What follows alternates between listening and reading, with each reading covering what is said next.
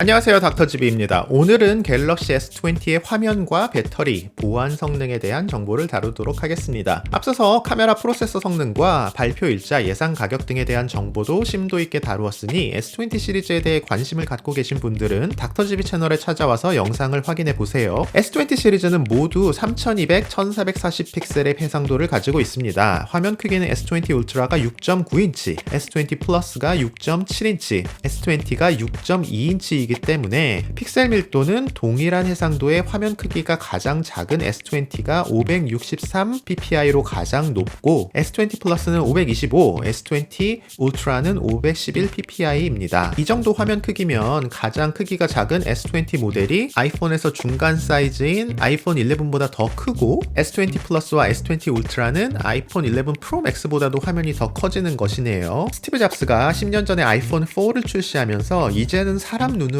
화면 픽셀을 구별할 수 없다며 레티나 디스플레이라는 이름을 붙일 때 아이폰 4의 픽셀 밀도가 326 ppi였던 것을 상기하면 가장 저가형 모델도 563 ppi에 이르게 된 지금의 기술력에 새삼 놀라게 되네요. 화면 주사율은 1초에 얼마나 여러 번 다른 이미지를 화면에 뿌려줄 수 있느냐를 의미하는 것인데, 원래 영화의 시초와 기원을 생각해보면 여러 개의 사진을 넘겨서 보여주면서 그걸 마치 움직이는 것처럼 보이게 만들면서 영화라는 것이 시작됐잖아요. 그래서 영어로 영화를 모션 픽처라고도 하고요. 이때 영화의 주사율이 24Hz였어요. 초당 24프레임. 그리고 몇십 년 동안 TV의 주사율은 30Hz였고요. 갤럭시 S20는 3200, 1440 픽셀의 최고 해상도에서 60Hz의 주사율을 유지하는데, 요즘 일반적인 컴퓨터 모니터의 주사율이 60Hz니까 그것만으로도 나쁘지는 않습니다. 그런데 해상도를 2400에 1080으로 낮추면 사실 이 해상도도 낮췄다고 하기에는 너무 고해상도인데요. 아무튼 여기에서는 이제 120Hz의 고주사율을 구현해줍니다. 120Hz는 신형 아이패드 프로에서 재작년에 도입되어 프로모션이라는 이름으로 마케팅되고 있는데, 애플은 늘 이런 식이죠. 레티나,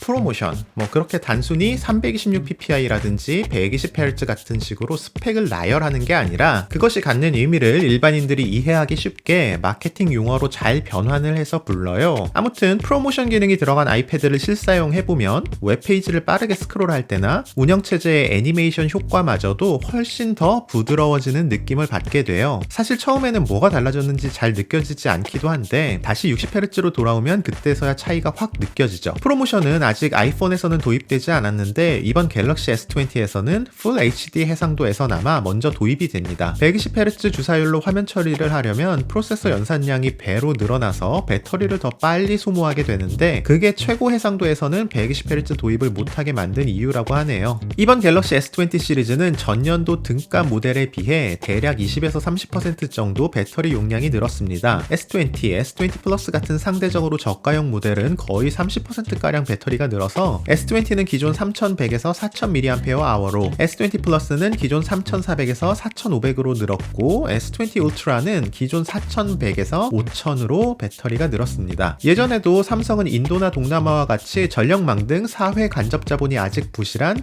개발도상국을 상대로 한 저가형 갤럭시 모델에서는 5000에서 6000mAh 모델들을 내놓은 사례가 있었습니다. 다만 삼성은 노트7의 배터리 폭발 사건 이후 플래그십 모델에서 배터리 밀도를 높이는 데에는 지난 3년간 아주 보수적인 움직임을 보여왔는데요. 이번 S20 울트라에서 외장 배터리에서나 볼 법한 5000mAh의 용량을 채택한 것은 이제 배터리 관리 기술이 다시 어느 정도 안정기에 접어들었다는 삼성의 자신감을 보여주는 것이라 할 수 있겠습니다. 이번 S20의 한국 그리고 미국향 모델에서는 더 전력 효율이 좋은 스냅드래곤 865 프로세서가 탑재되었는데, 이것은 배터리 타임이 길어지는 요인이고, 반대로 120Hz 주사율은 배터리를 더 빨리 닳게 하는 요인이 되는데, 훨씬 더 늘어난 배터리 용량으로 인해서 종합적으로는 전년도 S10 시리즈나 노트 10 시리즈에 비해서 S20는 배터리 이용 시간이 더 늘어날 것으로 보입니다. 그런데 실사용을 해보면 이미 S10이나 아이폰 11 이후로는 배터리 타임이 충분히 길어서 아침에 충전을 해서 배터리 100%로 집을 나오면 하루 종일 충전을 안 해도 중간에 충전할 일은 없습니다. 갤럭시 폴드나 아이폰 11 프로 맥스 같은 경우 충전을 안 하고 이틀 사용을 해도 별 문제가 없을 정도죠. 그래도 배터리는 다다익선이기는 하니까 나쁠 건 없죠. S20 S20 플러스는 25W 고속 충전을 지원하고 S20 울트라는 노트 10 플러스처럼 45W 초고속 충전을 지원해요. 배터리 용량과 충전 속도를 고려할 때 S20 울트라 기준으로 초고속 충전을 하면 0%에서 시작했을 때 30분 안에 60% 이상 충전이 될 것으로 기대됩니다. 예전 모델처럼 리버스 차징, 그러니까 갤럭시 폰으로 무선 충전이 되는 다른 폰이나 갤럭시 버즈, 워치 등 액세서리를 충전하는 기능도 지원을 하는데 실제 현실에서는 별로 사용은 안 하게 되는 기능입니다. 하지만 역시 있어서 나쁠 건 없죠.